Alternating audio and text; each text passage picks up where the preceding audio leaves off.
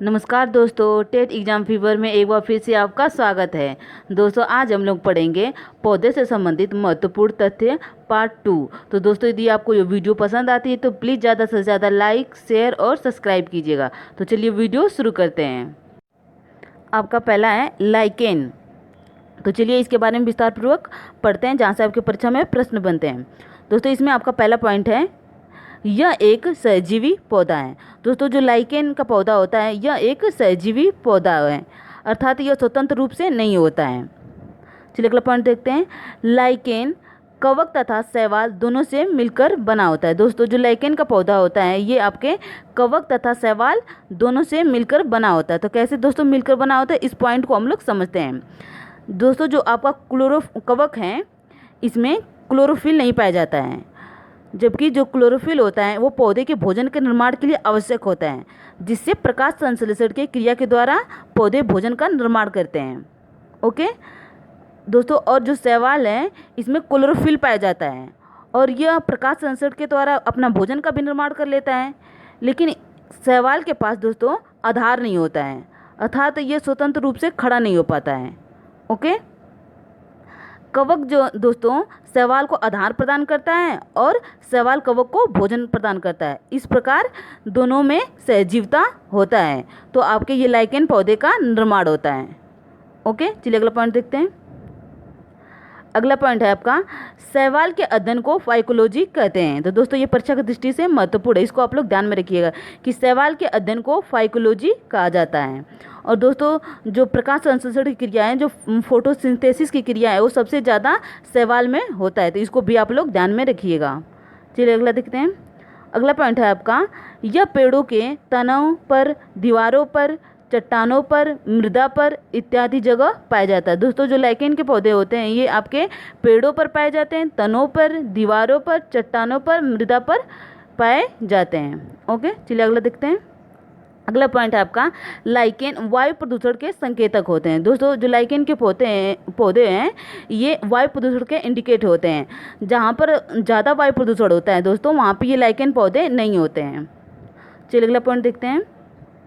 अगला पॉइंट है आपका, जब वातावरण में सल्फर डाइऑक्साइड गैस की मात्रा बढ़ जाती है तो क्षेत्र में पाए जाने वाले लाइकेन पौधे सूख जाते हैं, जिससे हमें यह पता चल जाता है कि वायु प्रदूषण बढ़ गया है। दोस्तों जहाँ पर जिस क्षेत्र में सल्फर डाइऑक्साइड की मात्रा बढ़ जाती है वहाँ के जो लाइकेन के पौधे होते हैं वो सूख जाते हैं, जिससे यह पता चल जाता है कि वायु प्रदूषण बढ़ गया है।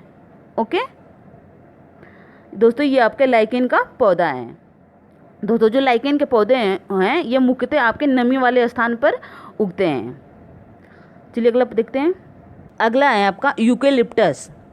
चलिए इसके बारे में विस्तारपूर्वक देखते हैं। दोस्तों इसमें आपका पहला पॉइंट है, यह मुख्य रूप से ऑस्ट्रेलिया व तस्मानिया में पाया जाने वाला पौधा है। तो दोस्तों ये परीक्षा की दृष्टि से महत्वपूर्ण है, इसको आप लोग ध्यान में रखिएगा।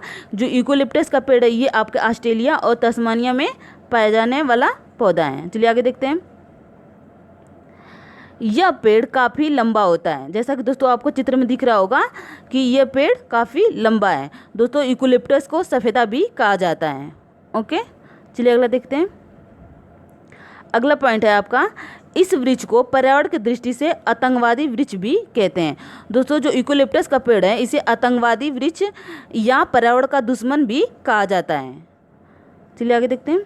क्योंकि यूकेलिप्टस के पेड़ में बाकी दूसरे अन्य पेड़ों की अपेक्षा 3 गुना पानी अधिक सोखने की क्षमता होती है। दोस्तों जो यूकेलिप्टस का पेड़ होता है ये अन्य पेड़ों की अपेक्षा अधिक पानी को सोखता है, इसलिए इसे आतंकवादी वृक्ष या पर्यावरण का दुश्मन कहा जाता है। ओके, चलिए अगला देखते हैं। अगला है आपका पीपल। दोस्तों इसमें आपका पहला पॉइंट है, पीपल का पेड़ एक विशाल छायादार वृक्ष होता है। जैसा कि दोस्तों आपको चित्र में दिख रहा होगा कि ये एक विशाल छायादार वृक्ष है। पीपल की छाया बरगद से कम होती है। तो दोस्तों इसको आप लोग ध्यान रखिएगा ये पॉइंट कि जो पीपल की छाया होती है वो बरगद से कम होती है। चलिए आगे देखते हैं। पीपल के पेड़ कई वर्षों तक जीवित रहते हैं। दोस्तों जो पीपल का पेड़ होता है इसका जो जीवन काल होता है ये कई वर्षों तक रहता है।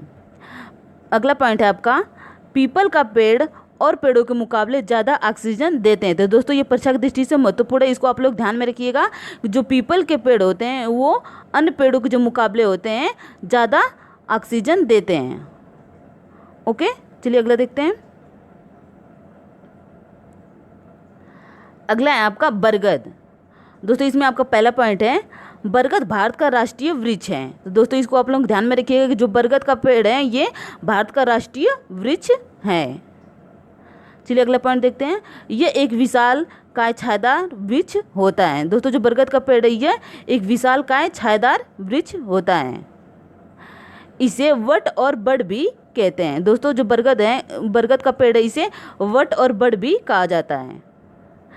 इसका तना सीधा एवं कठोर होता है। दोस्तों जो बरगद के तने होते हैं वो सीधे एवं कठोर होते हैं। ओके, चलिए अगला पॉइंट देखते हैं।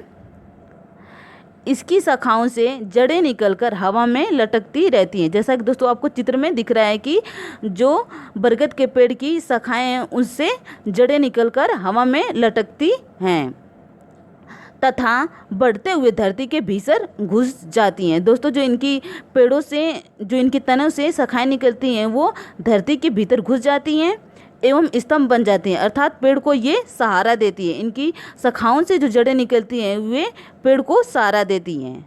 ओके, जैसा कि आपको चित्र में दिख रहा होगा। दोस्तों आज के लिए बस इतना ही। यदि दोस्तों आपको ये वीडियो पसंद आता है तो प्लीज़ ज़्यादा से ज़्यादा लाइक, शेयर और सब्सक्राइब कीजिएगा।